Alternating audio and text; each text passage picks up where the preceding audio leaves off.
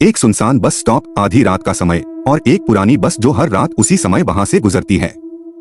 लोग कहते हैं कि उस बस में जो भी चढ़ता है वापस नहीं लौटता। लेकिन एक रात वीरेंद्र नाम का एक पत्रकार इस अफवाह की सच्चाई जानने के लिए उस बस में चढ़ने की गलती कर बैठता है। वीरेंद्र को अपने अखबार के लिए एक दिलचस्प कहानी चाहिए थी। उसने सुना कि एक बस स्टॉप पर आधी रात को एक रहस्यमयी बस आती है। लोग कहते थे कि वह बस पिछले 20 सालों से आ रही है, लेकिन कोई नहीं जानता कि वह कहां जाती है। वीरेंद्र ने उस रात इंतजार किया। 12 बजे हल्की धुंध के बीच उसने एक पुरानी खटारा बस को आते देखा। बस पर कोई नंबर नहीं था। बस के अंदर हल्की रोशनी थी और खिड़कियों से घूरती अजीब आंखें दिखाई दी। वीरेंद्र ने अपने डर को नजरअंदाज करते हुए बस में कदम रखा। अंदर का माहौल बेहद ठंडा था और यात्रियों के चेहरों पर कोई भाव नहीं था।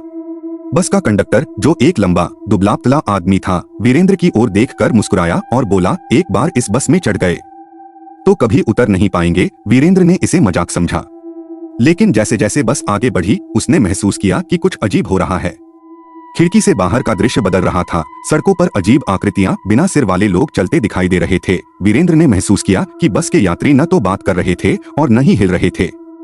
जब उसने एक यात्री को छुआ तो वह ठंडा और बेजान था। अचानक बस के कंडक्टर ने घोषणा की, अब हम उस जगह पहुंच रहे हैं जहां हर यात्री का अंत होता है।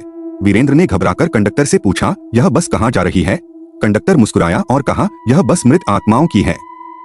तुमने यहां चढ़कर अपनी मौत को बुला लिया है। वीरेंद्र ने बस से उतरने की कोशिश की, लेकिन दरवाजे बंद हो चुके थे। वह खिड़की से बाहर कूदना चाहता था, लेकिन बाहर सिर्फ काले धुंध का समुद्र था। उसने यात्रियों को जोर से हिलाया, लेकिन वे सब मृत थे। तभी बस की लाइट्स झपकने लगी और कंडक्टर की हंसी गूंजने लगी।